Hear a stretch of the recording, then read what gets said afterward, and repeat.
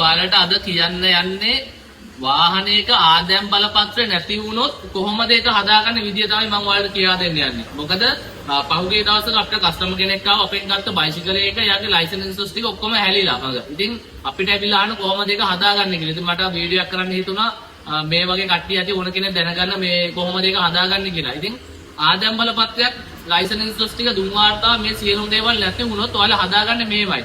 ඔයාලා ඉස්සෙල්ලම කරන්න ඕනේ පොලිසිය ගිහිල්ලා එන්ට්‍රියක් දාන්න ඕනේ. ඔයාගේ රක්ෂණ සාතික ආදායම් බලපත්‍ර දුන් වාර්තා ඒ සියලුම දේවල් නැතුණා කියලා.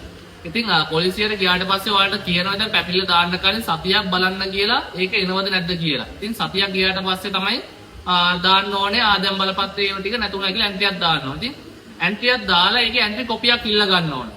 ඊට පස්සේ ඔයා පොත අරන් ගිහිල්ලා ඔයාගේ ඉන්ෂුරන්ස් එකක් ඔයා අලුතෙන් දාන්න ඕනේ. ඒක සමහර කම්පැනි තියෙන ඔයාලට ඒතකොට කරගන්න පුළුවන් ඉන්ෂුරන්ස් කම්පැනිට ගිහිල්ලා ඔයාගේ රක්ෂණ සාතිකේ නැතුණා කියලා පරණ එකටම තව කාඩ් එකක් ගන්න පුළුවන්. ඒක කිසිම අය කිරීමක් ගන්න නැහැ. නැත්තම් ඔයාලට පුළුවන් රුපියල් 550ක් වගේ යන්නේ තර්ඩ් පාටියක් දාගන්න පුළුවන් අලුතෙන් ආයෙ. ඉතින් අලුතෙන් දාගෙන ඉවරලා ආයෙ ඔයායි දුන් වාර්තාවක් අයිත් නැවත ගන්න ඕන. දුන් වාර්තාවක් අරගෙන ඒතකොට ඉන්ෂුරන්ස් එකත් අරගෙන අර එන්ට්‍රි කොපිය තියෙනවනේ. එන්ට්‍රි කොපියයි දුන් වාර්තාවයි ඉන්ෂුරන්ස් එකයි පොතයි අරන් ගිහිල්ලා ඔයා ඒතකොට ආයිත් ආදායම් බලපත්‍රය ගන්න ඕනේ. ඉතින් ආයිත් නැවත සල්ලි ගන්නවා ආදායම් බලපත්‍රයට ගන්න. එතකොට අර ඔයාගේ ඒතකොට පාවිච්චි කරපු ඩේට් ඉවරන ඩේට් එක එනකන් ආයිත් ආදායම් බලපත්‍රය print කරලා දෙනවා සල්ලි අරගෙන. ඉතින් ඔයාලට එහෙම තමයි කරගන්න තියෙන්නේ. ඉතින් මුලින්ම කරගන්න තියෙනවා එන්ට්‍රියක් දාන්න ඕන. ඊට පස්සේ ආයිත් ඉන්ෂුරන්ස් එකක් දාගන්න තර්ඩ් පාටියක් වුණ තර්ඩ් පාටියක් දාගන්න පුළුවන්. දුන් වාර්තාව නැවත ගන්න ඕන.